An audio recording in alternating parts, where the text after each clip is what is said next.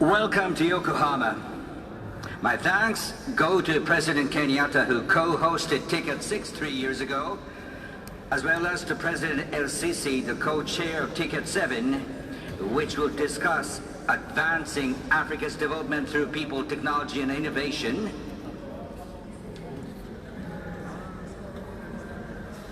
I now declare Ticket 7 in session.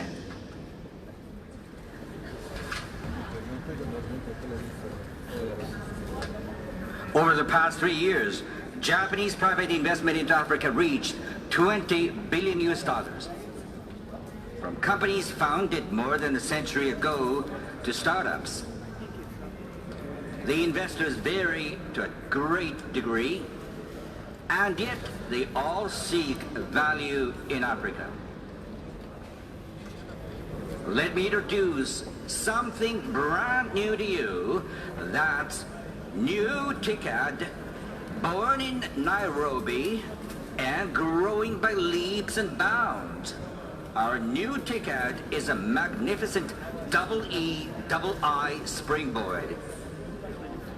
It is a partnership that lifts to greater heights the double E's of entrepreneurship and enterprise, along with the double I's of investment and innovation.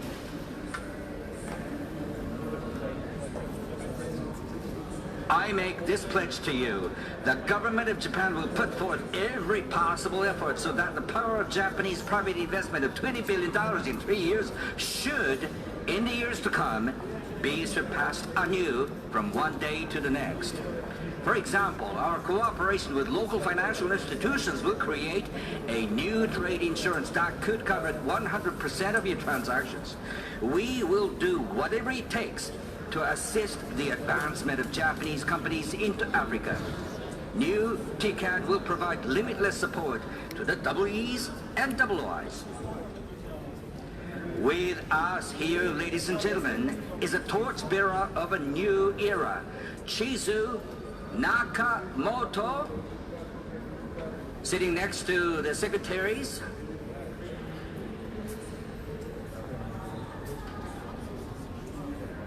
At her workshop in Uganda, she hires single mothers and people who were soldiers in their childhood. As these people work, they gain confidence in themselves. The workshop makes and fosters their self-esteem. That is probably because the bags Ms. Nakamoto makes in Uganda for Japanese female consumers have a richness of color that is exceptionally eye-catching. The investment made by a single Japanese woman first fosters among Ugandan women's self-confidence, which then crystallizes into beautiful products.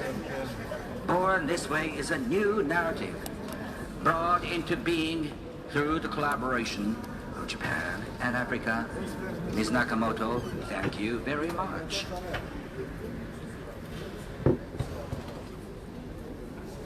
Let us raise our eyes now to a place beyond the earth. Soon, up there, a small-sized satellite built by Rwanda together with the University of Tokyo will emerge. From space, the satellite will observe crop harvests and the state of water resources in Rwanda. Next, let us take a dive into the ocean. It was October 1st last year that Angola and Brazil became connected through an undersea cable of enormous capacity. This was the first ever cable linking Africa straight with South America, a shining achievement in the history of telecommunications. I cannot hide my joy when I say it was the Japanese company NEC that laid the cable spanning 65 kilometers. And so I will say it again, the Japanese government, New Ticket, will do its utmost to support Japanese enterprises that are betting on the future of Africa. We are in an era in which the challenges Africa faces will be resolved through ST&I, Science, Technology and Innovation, at the Egypt-Japan University of Science and Technology and at Kenya's Jomo Kenyatta University. We will foster 5,000 young people who will advance STI into the future. We want to cultivate seamlessly the generations that will come after them. Doing this means making science and mathematics subjects they understand. That's what is included in the collaboration between Japan and Africa, and it is now significantly changing the classrooms of African primary education. The Japanese way, which values pupils' involvement in such activities as cleaning classrooms and serving lunch, has just started to spread in Egypt in its elementary schools. A project improves school management through community participation, or the School for All project, was launched by JICA in Niger and has now spread to more than 40,000 schools, including in Burkina Faso and Senegal. Our target for the new term is to have the number of children benefiting from reforms to primary education reach 3 million. This kind of human resource building is where Japan has invested the greatest amount of effort in Africa over the years. The Abe initiative, which nurtures industry leaders, has grown as many as 2,000 young people over the past 5 years. We now have 20 applicants vying for every opening.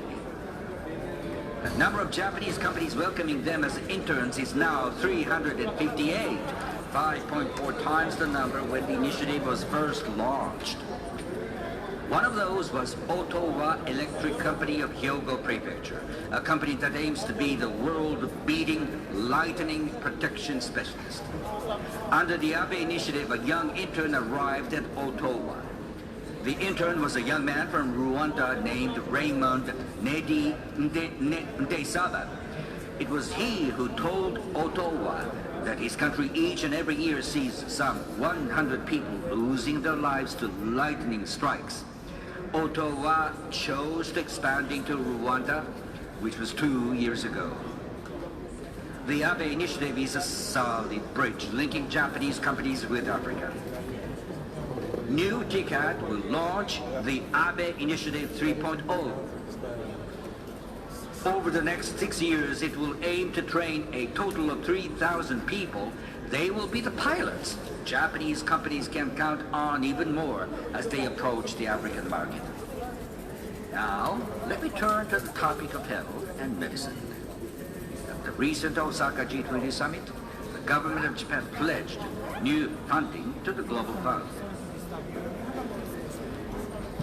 It is Japan throughout the history of TCAT that has placed high value on human security at all times.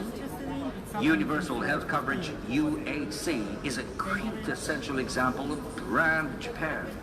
The government of Japan pledges to newly bring UHC to 3 million recipients in Africa. That alliance with vaccines Gavi, which are indispensable in UHC, and Japan are like-minded partners. Let me tell you that soon the Japanese government will host a launch meeting for Gavi's replenishment.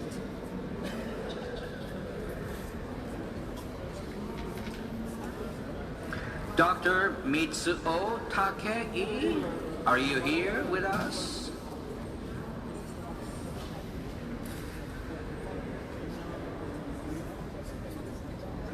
Dr. Takei runs a hospital at a place called Oita on the island of Kyushu. He has also worked in the poor area of the city of Nakuru, Kenya, where he has seen more than 50,000 people over the years. He is of the view that in Africa, the number of patients suffering from diabetes and other lifestyle diseases is surging. This means that in addition to fighting against infectious diseases, there has grown a need for advanced medical treatment. Now is the time for us to go beyond treating illnesses one by one to instead deal with people's entire lives holistically. Needs range from health-related infrastructure such as water and sewage services to nutritional interventions to reduce stunting and advanced medical care making use of medical equipment. What Africa needs is an ecosystem of medical treatment and health. It needs a system akin to Mount Fuji with foothills stretching far and wide along with a high peak.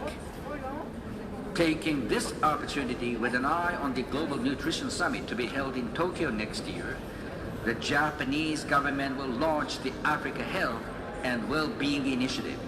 This will be an attempt at making it possible for the knowledge and technologies Japan has built up from the foothills to the summit, as it were, to be transferred to the country South Africa. To start with, we're going to exchange memoranda of cooperation with a number of African countries. Now, in recent years, diplomatic relations between Ethiopia and Eritrea have normalized. In Central Africa, peace is making headway.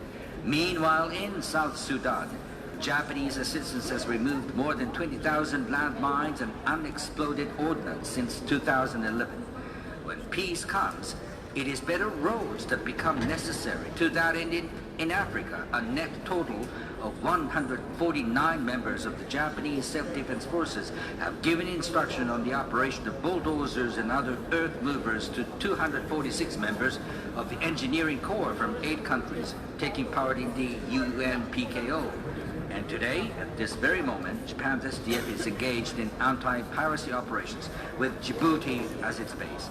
Distinguished participants, ladies and gentlemen, Japan's engagement with Africa, whether it be medical services, mine clearing, or building quality infrastructure such as ports and roads, takes place on an extremely long time axis. One-off undertakings are exceedingly rare. I would like you to take a look at the African Clean Cities platform. It is a platform by which Japan, 36 countries in Africa, and a host of UN organizations join forces aiming at reducing, reusing, and recycling waste in African cities. It is a kind of undertaking that takes decades, not years. I don't think it is necessary for me to tell you that in my country there is no shortage of professionals happily willing to spend that much time with you.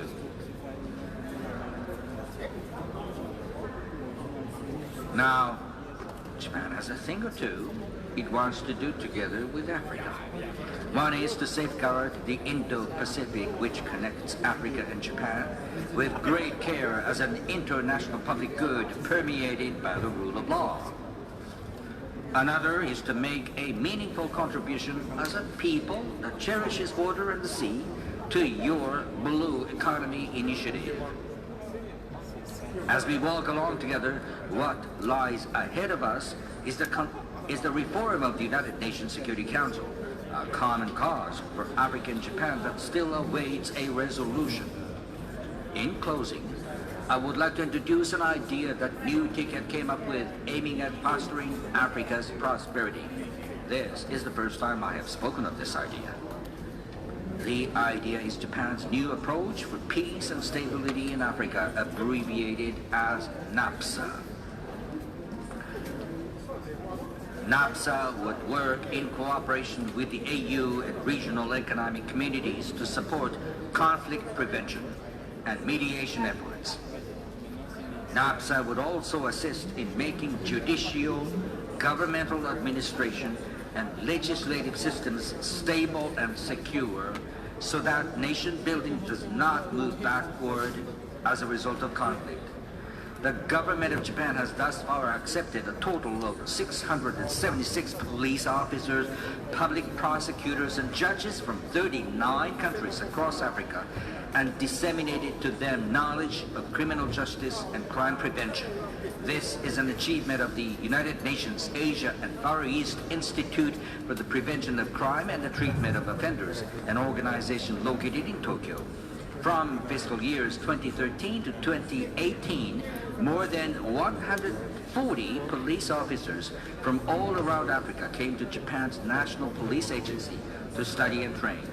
It is nothing less than the spirit of TICAD that is prompting Japan, proud of this record of achievement, to want to undertake NAPSA. TCAD, which over the years has without fail seen for Africa only a bright future, was not mistaken. As a conference believing in the power of Africa, it has been utterly correct. The TCAD philosophy of ownership and partnership, and of valuing each human being individually, will not waver even the slightest as it continues to guide the path of Africa and Japan.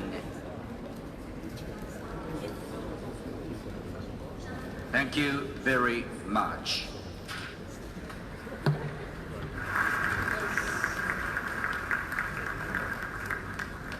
Next, we would like to ask His Excellency Mr. Abdel Fattah El-Sisi, President of Arab Republic of Egypt, to make his speech. Please, President El-Sisi, the floor is yours. Shukran. Thank you. In the name of Allah. In the name of Allah. Excellency Mr. Shinzo Abe, Prime Minister of Japan, Your Highnesses, Honorables and Excellencies, Presidents of the African states and governments, His Excellency Mr. Moussa Faki, the Chairperson of the African Union Commission, ladies and gentlemen, co-organizers of TCAD, dear guests. At the outset, I would like to express my appreciation for His Excellency the Prime Minister of Japan, Shinzo Abe, and the people of Japan for the warm hospitality and the very well organization, as well as all the efforts exerted within the framework of the preparation of the Tokyo International Conference on African Development TCAD 7th Summit that starts today here in Yokohama, this Japanese city that's always one of the Japan's gates for openness and interaction with the outside world. I would like also to express my thanks for the co-organizers for the objective, excellent preparation for this summit and all the efforts, the ongoing and persistent efforts they are exerting in order to consolidate partnership between Africa and Japan.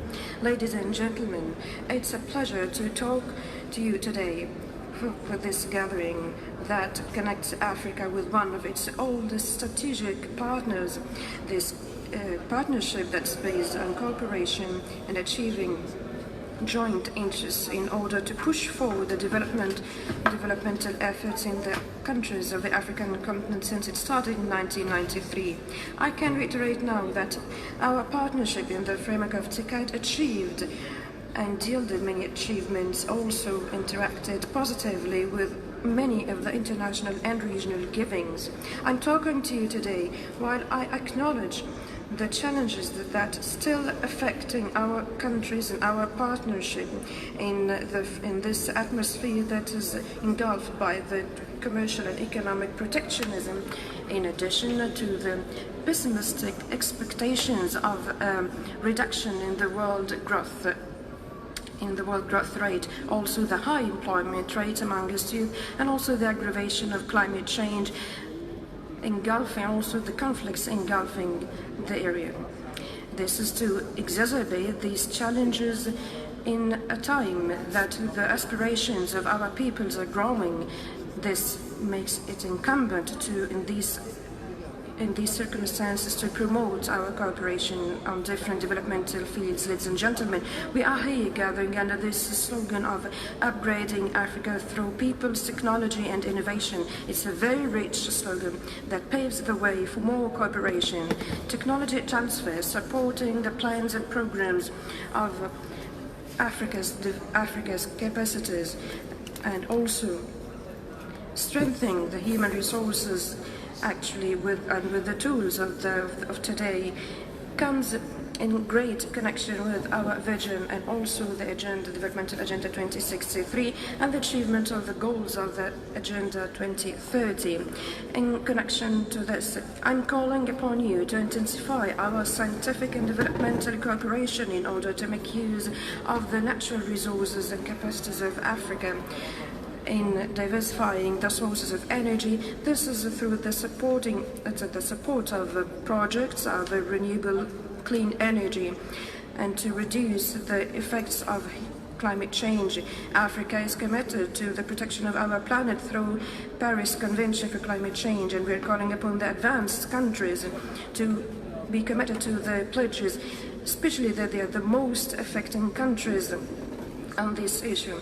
And in the framework of Decade 7 and the importance we give to the role of the private sector, on behalf of Africa, I'm calling upon the world institutions and companies, the multinational companies and institutions, and calling upon them and inviting them to invest in our continent.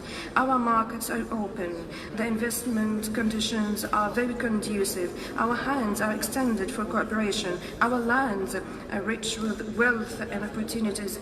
We have unwavering determination to build our future in different fields. I'm calling upon the regional, continental, and international finance institutions to shoulder their role in financing development in Africa and to provide the financial guarantees to build the capacities in our continent to contribute to strengthening investment and trade. I'm reminding you always that for each continent there are characteristics, and for each country as well. It's time now to have the best conditions from the financial institute to finance the efforts of development in Africa. In connection to the aforementioned points, I would like to mention or to single out three main points, three main pillars for the African transformation. First, the development of the African infrastructure through the transnational projects, especially through the projects of the priorities in Africa, like the land connection Cairo-Cape Town, electricity connection between North and South, and also the connection and linking Mediterranean Sea with the Victoria Lake, also railway projects and renewable energy projects.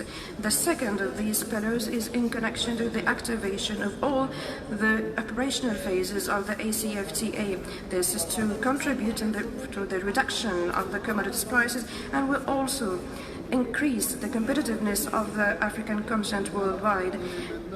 Add to that, it will add to the attraction of investments and upgrade the economies in the continent. The third track is to put a priority to create more job opportunities, intensive labor employment, especially for youth.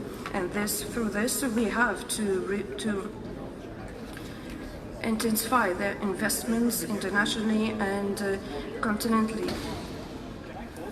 And here, this title of the summit gives a new dimension amongst the member states of the African Union and Japan, based on the development of human resources through the encouragement of the African cadres, the young African cadres, to serve their countries. Ladies and gentlemen, based on the existing linkage between achievement of development and the maintenance of peace and stability, we here provide this ambitious plan, silencing the guns in all of Africa by 2020. Yet, we still have a long way to walk in order to turn this painful page of the conflicts that undermine the hopes of development and made an atmosphere very conducive to the spread of this pit of terrorism and extremism. Here, I'm reiterating the dire need to support the framework policy of the African Union, that's PCRD, for reconstruction, post-conflict reconstruction and development, and the center of PCRD, that's to immunize the emerging countries from conflicts against the risks of relapse, and to build the capacities and institutes of these countries in order to shoulder the responsibility for the protection and consolidation of stability and peace. Ladies and gentlemen, let me remind you of what I have mentioned when I took over the presidency of the African Union. That's to say, partnership with Africa is a real chance to achieve joint gains and also a very profitable investment on different levels: economy, security, and development. Africa, very keen on strengthening its integration, is remained open to the whole world. We will seek deepening cooperation with the current partners of the continent in order to adopt implementable plans that's to yield concrete results for the continent. In conclusion, I'm looking forward to have achievable and concrete results from our summit in order to push forward the cooperation between Japan and the member states of the African Union, especially while our peoples are looking forward to the results of this summit. The aspired goal is remaining the translation of the recommendations and decisions issued by the summit into practical steps to guarantee the continuation of the achievements through the relations between Japan and the African Union through the past decade, and to continue our march to realize our joint interests. Thank you so much. Peace be upon you.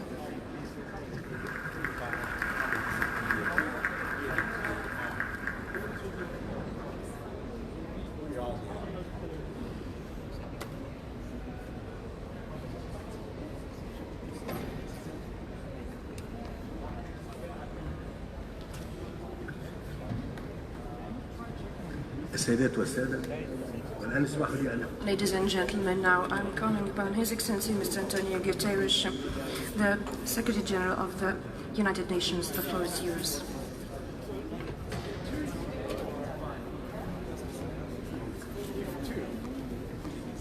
Excellencies, ladies and gentlemen, all protocol observed. I'm pleased to be with you for this 7th Tokyo International Conference on African Development, which coincides with the beginning of the Reiwa era in Japan, an era of beautiful harmony. And by the way, an harmony we badly need all over the world. I thank Japan for its commitment to Africa as exemplified by TICAD. Since its launch 26 years ago, TICAD has evolved into an open, inclusive and multilateral forum for mobilizing and sustaining international support for Africa's peace, security and sustainable development. I see Africa as a dynamic continent of opportunity, where winds of hope are blowing ever stronger. And TICAD has played a critical role in focusing international dialogue on Africa, built on the twin principles of African ownership and international partnership. Its partnerships have made important contribution to Africa's economic transformation through entrepreneurship and trade. And they have supported increased access to health services, education, water and sanitation, and helped promote peace and stability.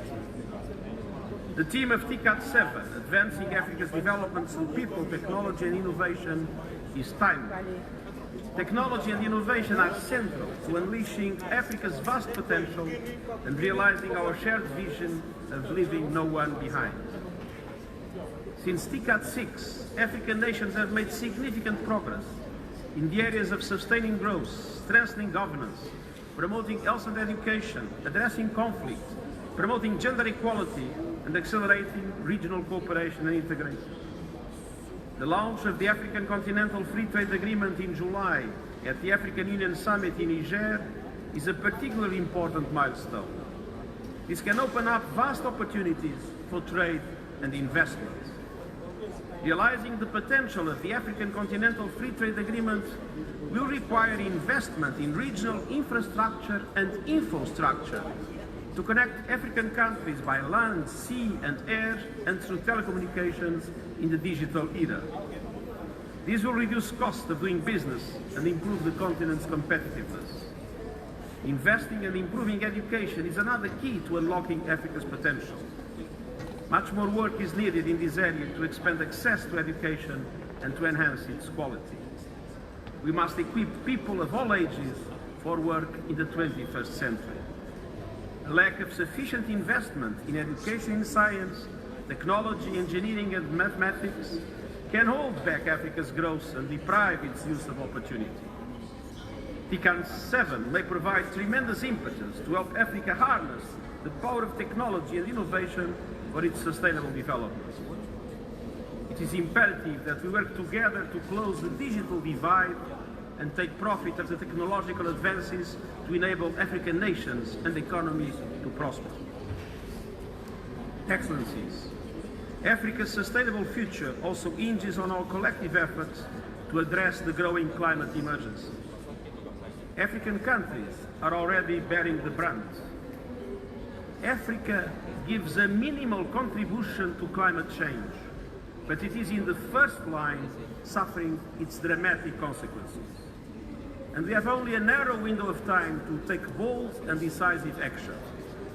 That is why I'm convening a Climate Action Summit in New York on the 21st of September, where I'm asking leaders from governments, businesses and civil society to come with ambitious announcements that will help us rise to this existential challenge. Finally, realizing Africa's potential also hinges on peace and stability. While long-term prospects for the continent are promising, armed conflicts and violent extremism are a significant obstacle to continent-wide sustainable development. The issues are complex, but we must pay particular attention to the links between peace and security, development, good governance, inclusion, and building resilience to climate change. Africa needs peace for its development. And I call for enhanced partnerships in support of the African Union Silencing the Guns initiative. And I thank Japan for its generous support to the Triangular Partnership project since 2015 through funding and the provision of trainers.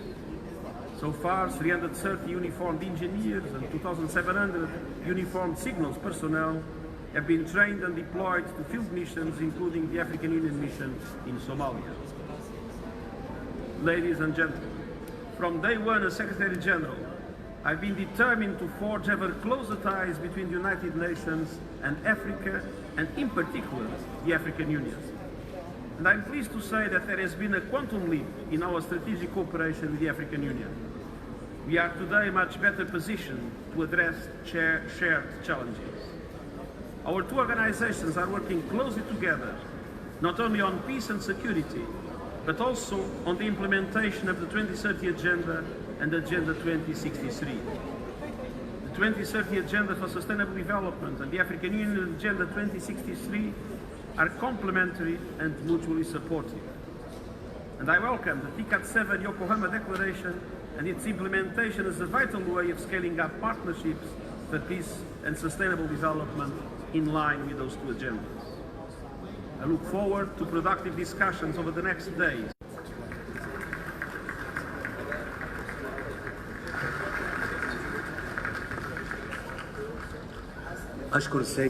Thank you, Mr. Antonio Guterres, the Secretary General of the United Nations, for this valuable speech. And now I invite Mr. Musa Faki Mohammed, the Chairperson of the African Union Commission, to deliver his speech. The floor is yours, sir.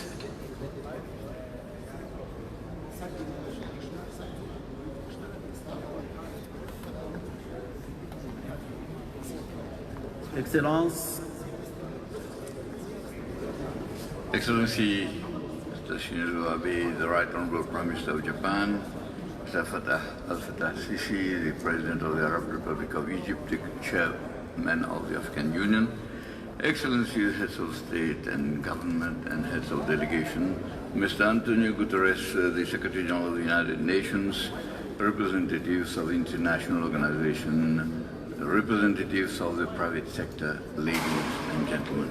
It's a signal honor for me to participate in this major meeting of TICAD in this beautiful city of Yokohama, which is now used to welcoming us.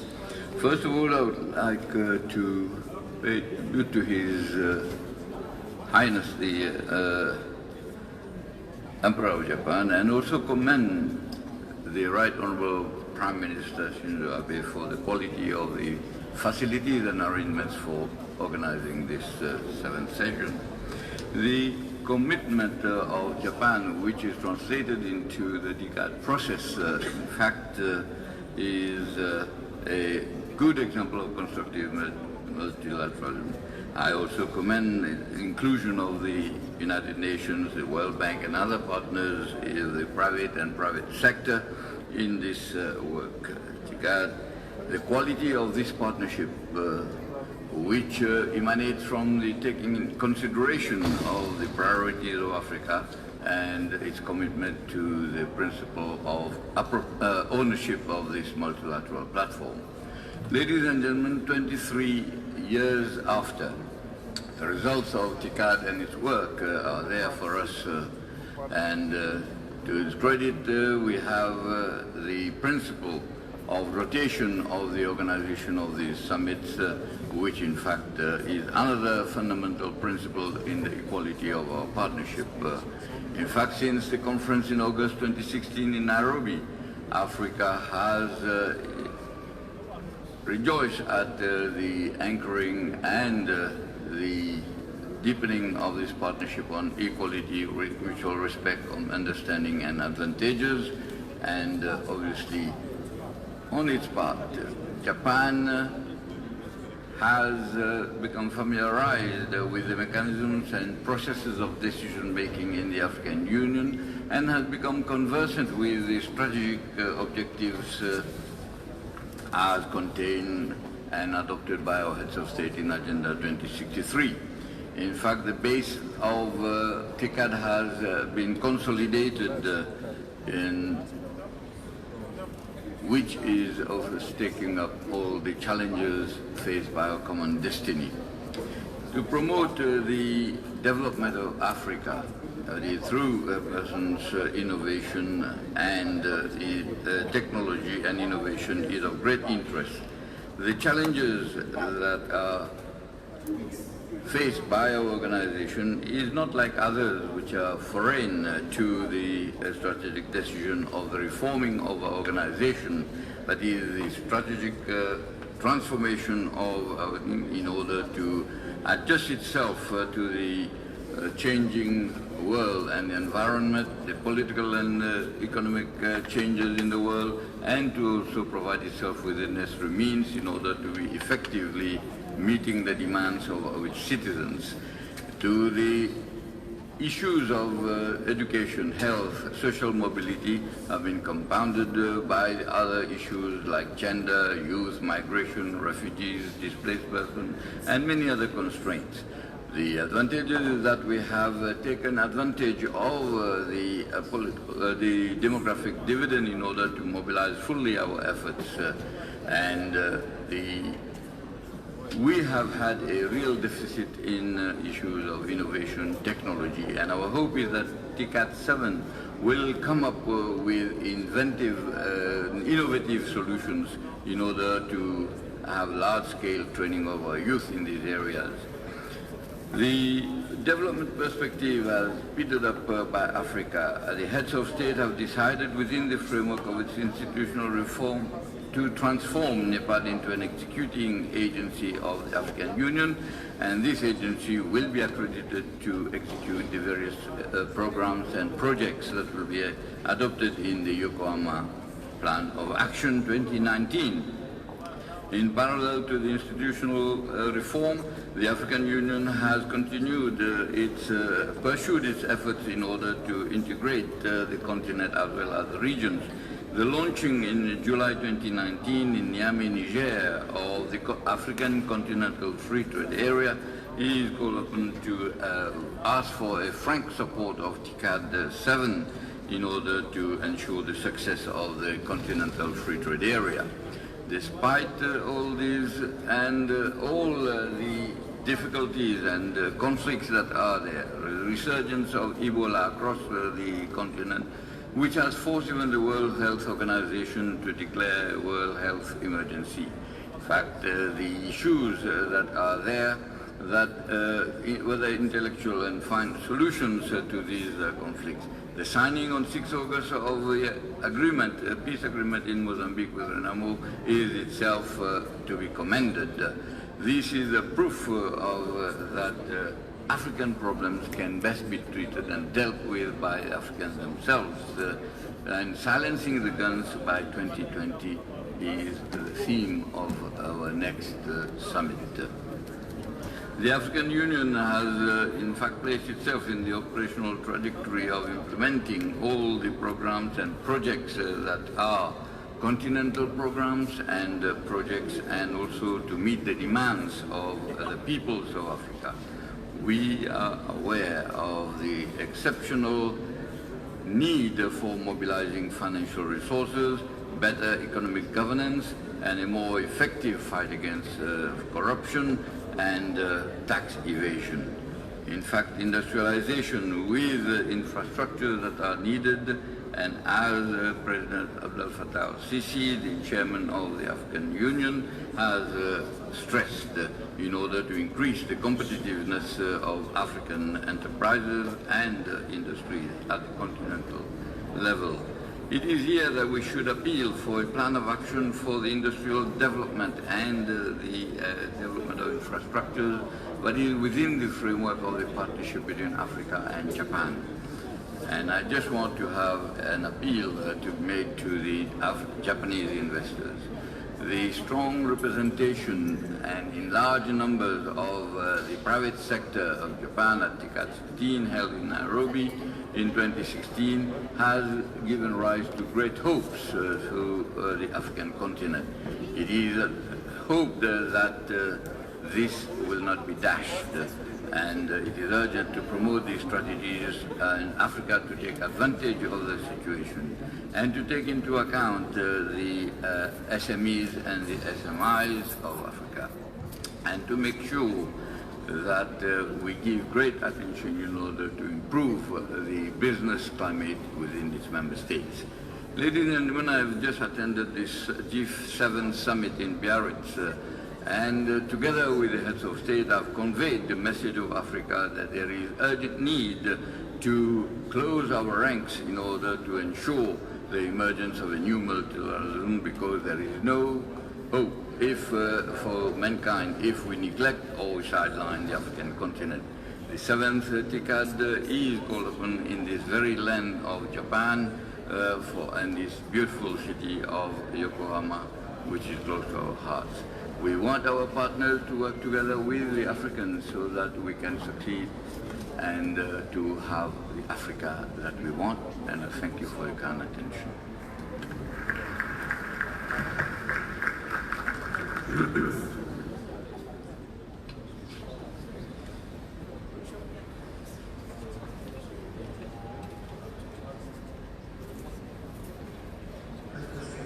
I thank Mr. Musa Faki Mohammed, the chairperson of the African Union Commission, for his speech. And now I would like to invite Mr. Achib Steiner, the administrator of the United Nations Development Programme. The floor is yours.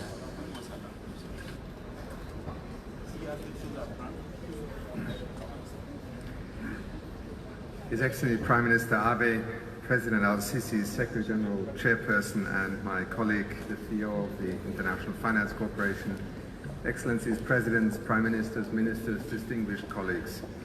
On behalf of UNDP and indeed a number of my predecessors, it is my great privilege and pleasure to join the Secretary General here today as part of the United Nations system's commitment to this partnership that Japan initiated almost 26 years ago. It was the 4th of October in 1993 when TICAD 1 took place, and it was indeed a very different era, and an era in which Japan's engagement with Africa and African nations took a new turn. As we look back over this, there was indeed a perception of Africa as being marginal to global GDP, and very often Africa's economy is largely viewed as sources of natural resources, essentially an extractive relationship with the continent. It was also an era where a key topic of TICAD 7, science, technology, and innovation, would not have been associated with African nations, entrepreneurs, pioneers, and scientists, today often being also at the forefront of some of these innovations. So as we gather here in Yokohama, and Prime Minister Abe, under your leadership and under the generosity also the people of Japan, I think the agenda that is emerging, the relationship between a nation such as Japan and the member states of the African Union is indeed a very different one. As head of the United Nations Development Programme, this is also something that clearly influences every day our thinking.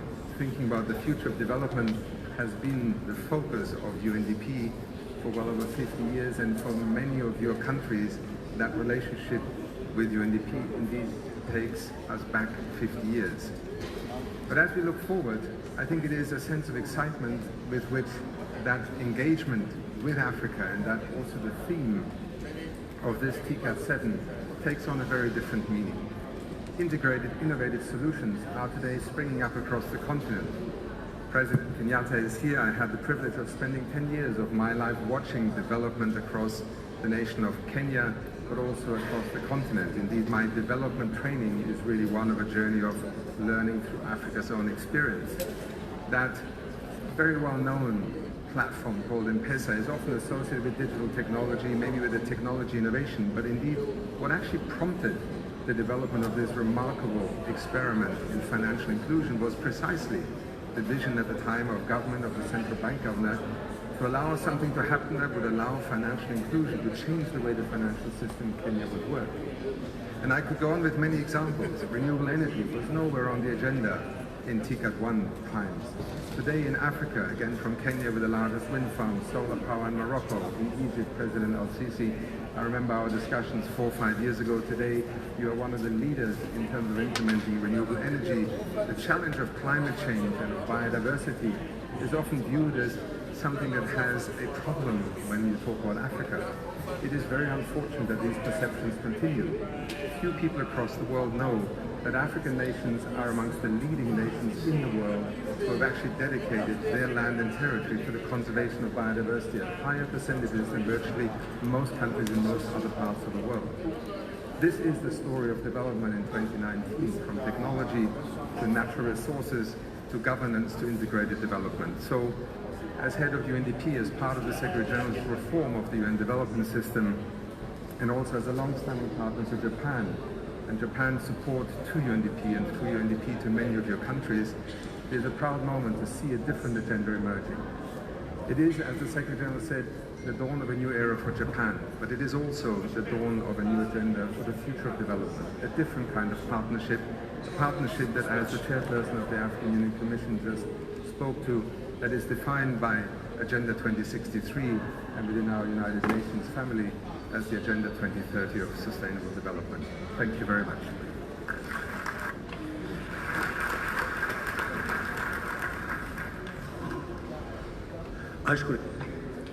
I'd like to thank Mr. Stein, the Administrator of the United Nations Development Programme, for his speech, and now I finally invite Mr. Philip Luhel, the Chief Executive Officer of the International Finance Corporation, to take the floor. The floor is yours, sir.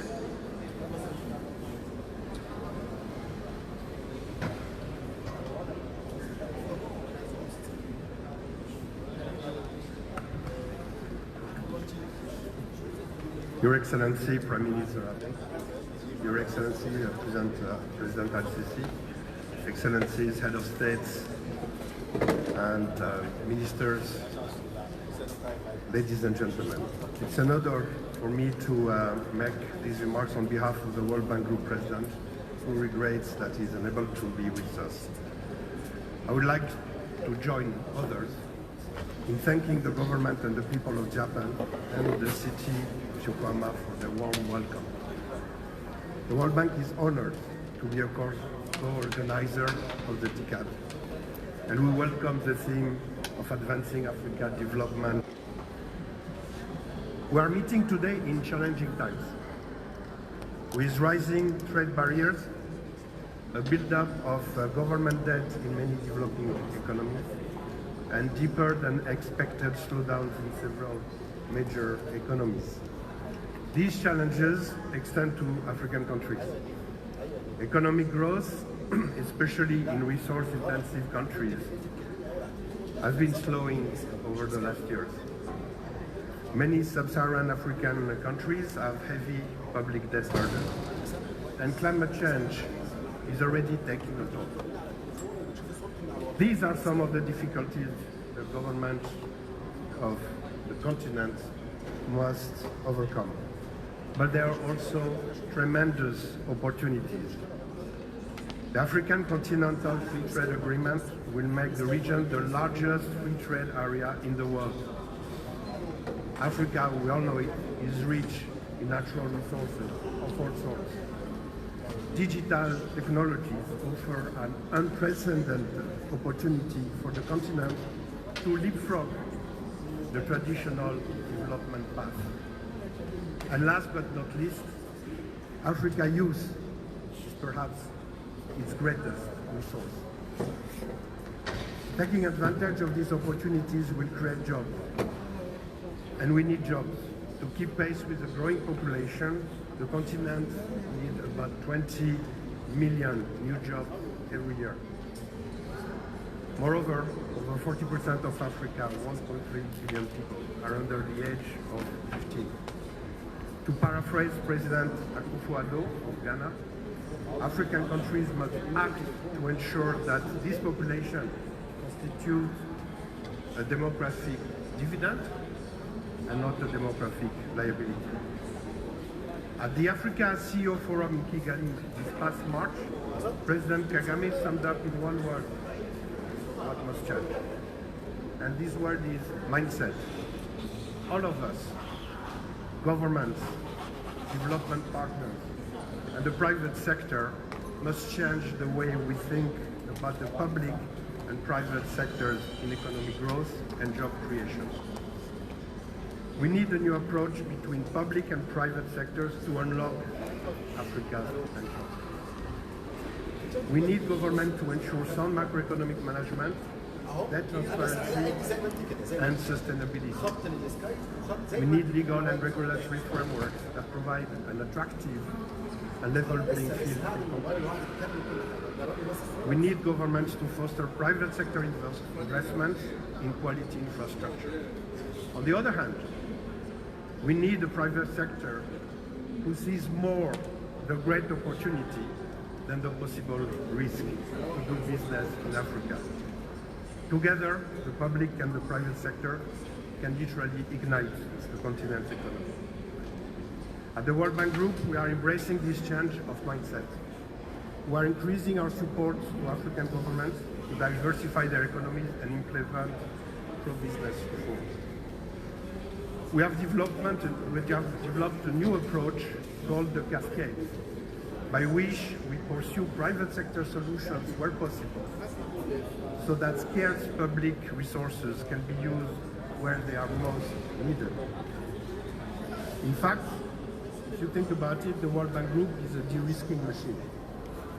We de-risk countries through World Bank policy-based loan and public sector projects, and we de-risk private sector investment and projects directly through IFC financing and NIGA guarantees.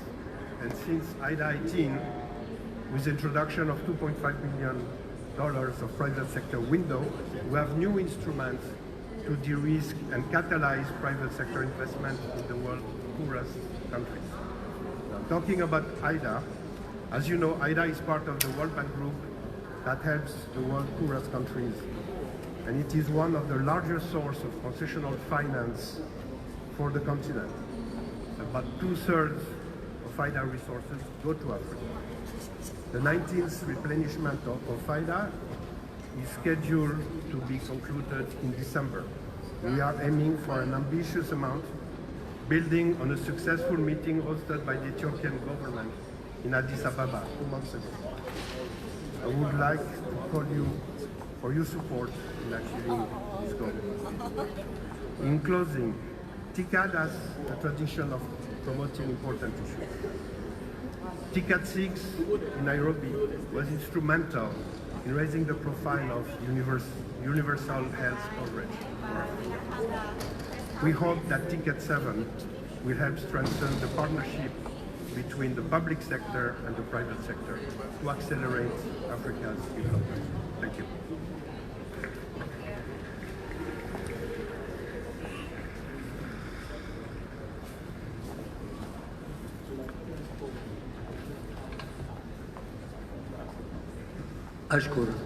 I would like to thank Mr. Philip Luberu, the Chief Executive Officer, International Finance Corporation, for his speech. And allow me now to invite Mr. Shinzo Abe, His Excellency, the Prime Minister of Japan, to take the floor again. The floor is yours, Your Excellency. 皆様ありがとうございました。これにて開会式及び全体会合1を終了させていただきます。 Thank you very much for the keynote speeches. This is the end of the opening ceremony in plenary session 1. We will now move on to plenary session 2. From here on, Deputy Prime Minister Taro Aso will take the chair on my behalf. Mr. Aso has lived in Sierra Leone from 1970 to 1971. In addition, during his mandate as Prime Minister, he has also worked on doubling development assistances in Africa, which is one of the declared goals of the TICAD 4. He is definitely one of the most important friends of Africa.